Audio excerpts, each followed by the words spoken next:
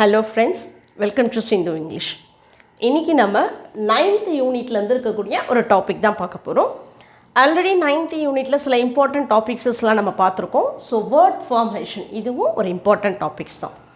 So word formation, so English லாங்குவேஜஸில் நமக்கு நல்லாவே தெரியும். There are 26 letters in English and 44 sounds in English. இது ஒரு ஜென்ரல் கொஷின்ஸஸ் உங்கள் எல்லாருக்குமே தெரியும். ஸோ அதே மாதிரி இந்த 26 எழுத்துக்களை வச்சுட்டு நம்ம எப்படி பல புதிய வார்த்தைகளை உருவாக்குறோம், அதுக்கு சில மெத்தட்ஸஸ்லாம் இருக்குது.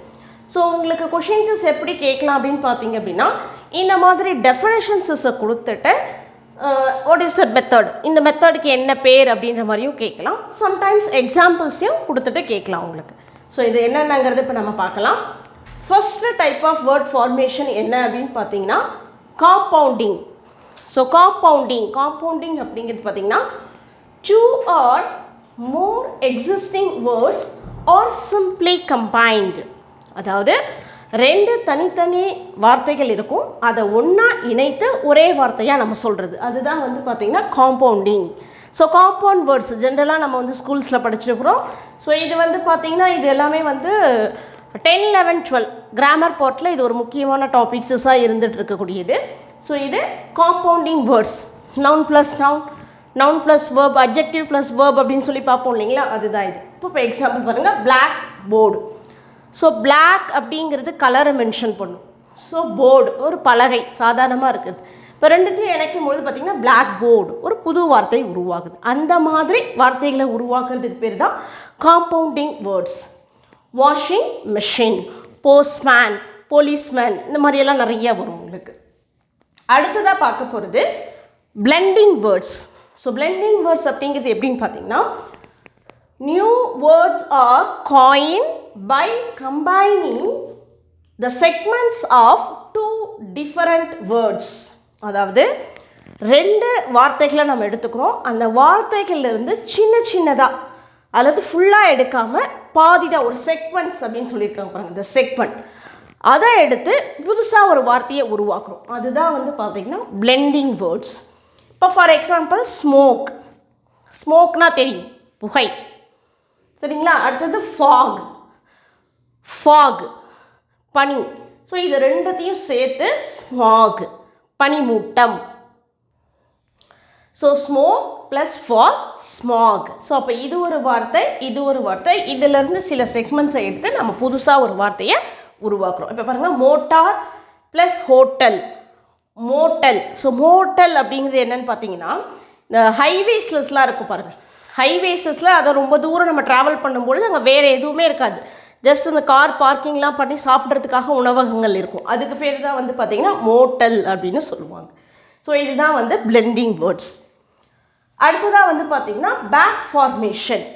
ஸோ பேக் ஃபார்மேஷன் அப்படின்னா என்னன்னு பார்த்தீங்கன்னா reverse process of derivation, reverse process of derivation, அதாவது நவுன் டு வேர்ப். இப்போ புதுசாக நவுனில் ஒரு வார்த்தையை நாம் எடுத்துக்கிறோம், எடிட்டர். எடிட்டர் அப்படிங்கிறது நவுன். ஸோ இதிலிருந்தே, இந்த வார்த்தையிலிருந்தே இன்னொரு வார்த்தை அதை வெர்பாக மாற்றுறோம், அதுதான் எடிட்.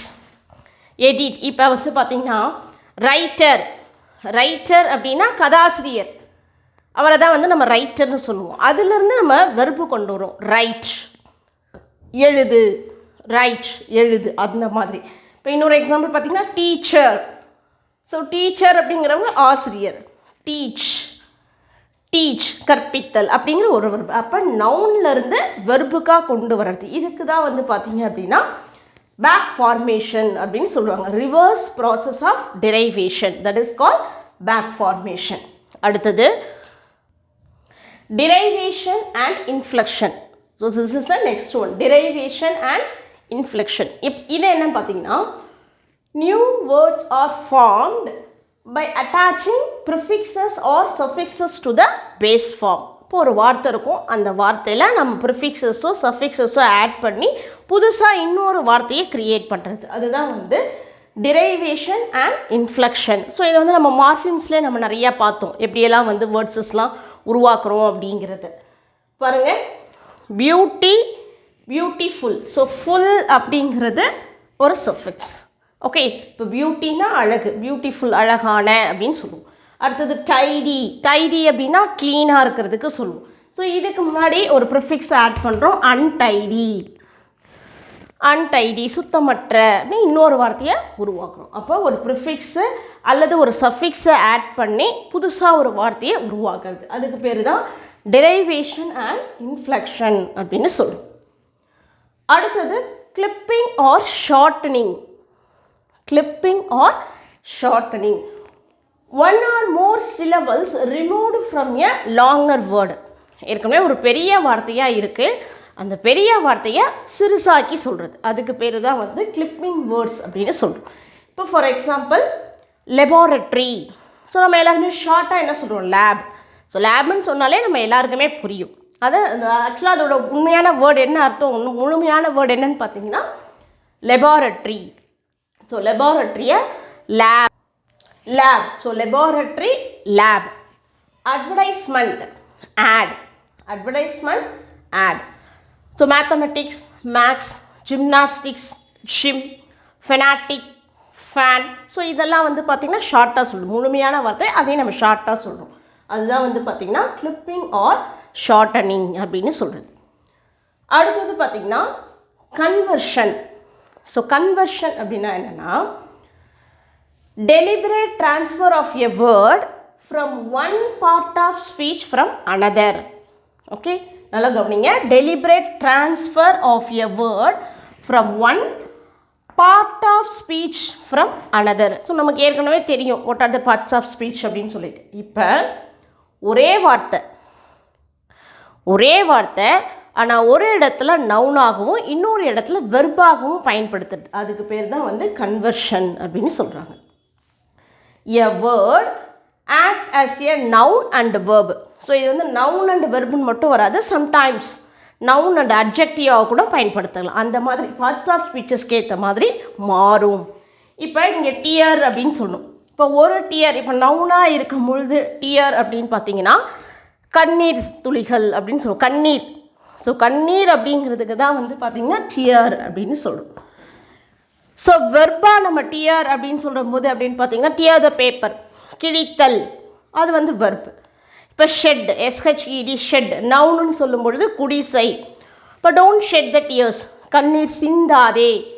ஸோ இந்த இடத்துல ஷெட் அப்படிங்கிறது சிந்தாதே அப்படின்னு சொல்லுவோம், அது வெர்பு. அப்போ ஒரே வார்த்தை ஒரு சில இடங்களில் மாறுது, நவுனாகவும் ஆக்ட் பண்ணுது, வெர்பாகவும் ஆக்ட் பண்ணுது. அந்த மாதிரி இருக்கிறதுக்கு பேர் தான் என்னென்னு பார்த்தீங்கன்னா கன்வர்ஷன் அப்படின்னு சொல்கிறாங்க.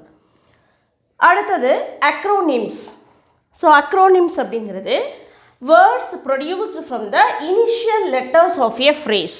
So words produced from the initial letters of the phrase. So இப்போ எய்ட்ஸ் எல்லாருக்கும் தெரியும், எய்ட்ஸ் அப்படிங்கிறது. அண்ட் ஆக்சுவலாக எய்ட்ஸோட ஃபுல் ஃபார்ம் என்ன அப்படின்னு பார்த்தீங்கன்னா acquired immuno deficiency syndrome. So இது இவ்வளோ ஒரு நீட் ஃப்ரேஸஸ். இதை வந்து ஷார்ட்டாக அந்த இனிஷியல் லெட்டர்ஸை எடுத்து புதுசாக ஒரு வார்த்தையாக நம்ம உருவாக்குறோம், அதுதான் வந்து இது. இப்போ பாருங்கள், NATO, North Atlantic treaty of organisation. SAARC, South Asian association regional cooperation.